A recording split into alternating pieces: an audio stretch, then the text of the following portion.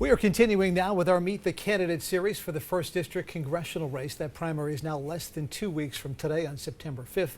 Early voting is now well underway. Our guest today is Spencer Dickinson. Spencer is a former state representative and candidate for governor and Congress.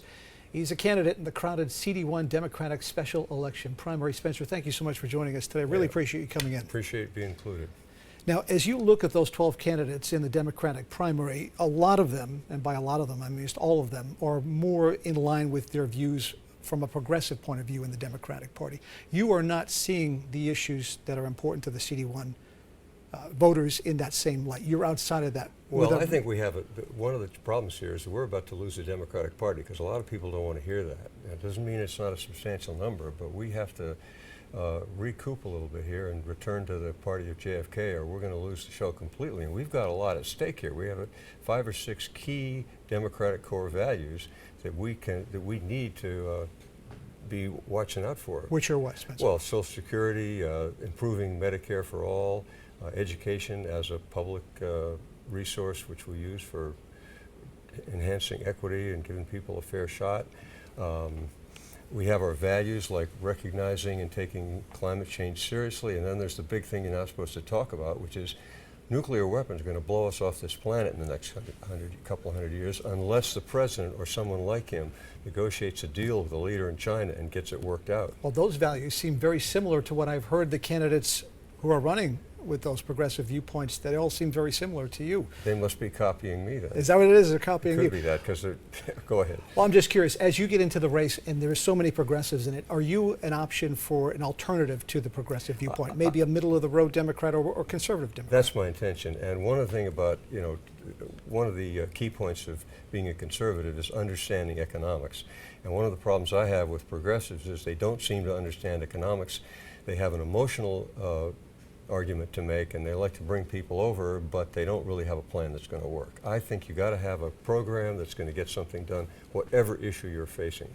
Why stay in the Democratic Party if you see that this trend has changed in the last, 15 years maybe? Well, what other party would I go to? Republican Party. Not necessarily. Because you're talking about spending issues and you're talking about core values, a lot of that, unless you think the Republican Party has gone too far to the right.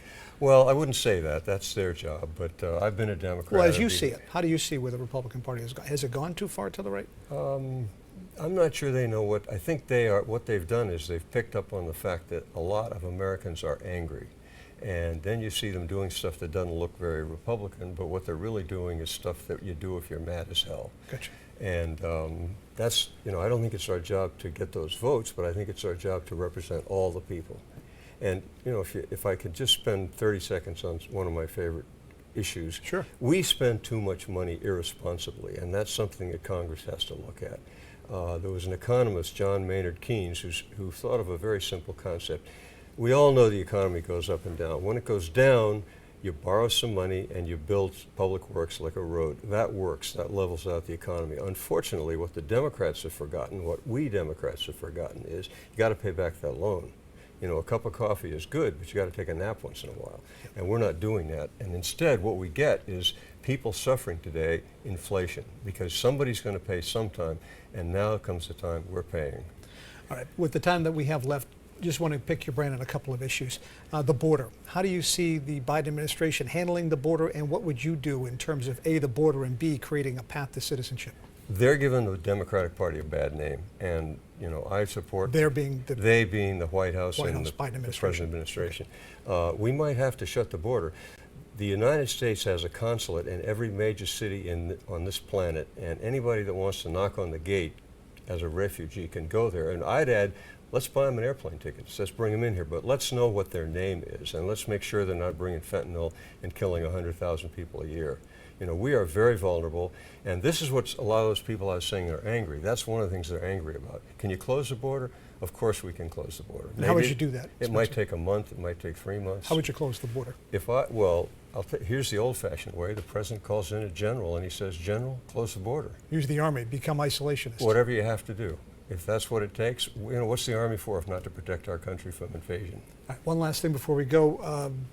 common sense gun laws. Are the gun laws in your mind fine the way they are, or is there room for change? No, I'm a Second Amendment supporter, but I think our approach is all wrong. What we've done is we've divided the electorate on this issue. And people want to talk about things like weapons of war or assault rifles. There aren't any on the streets of this country.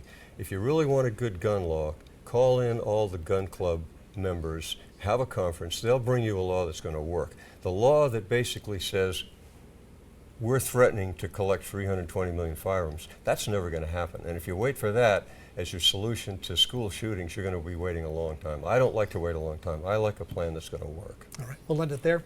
Spencer Dickinson, thank you so much for your time. Really appreciate it. Good luck to you in the campaign. You're the best interviewer I ever met. Well, you're a gentleman. No doubt about that. Thank you, Spencer.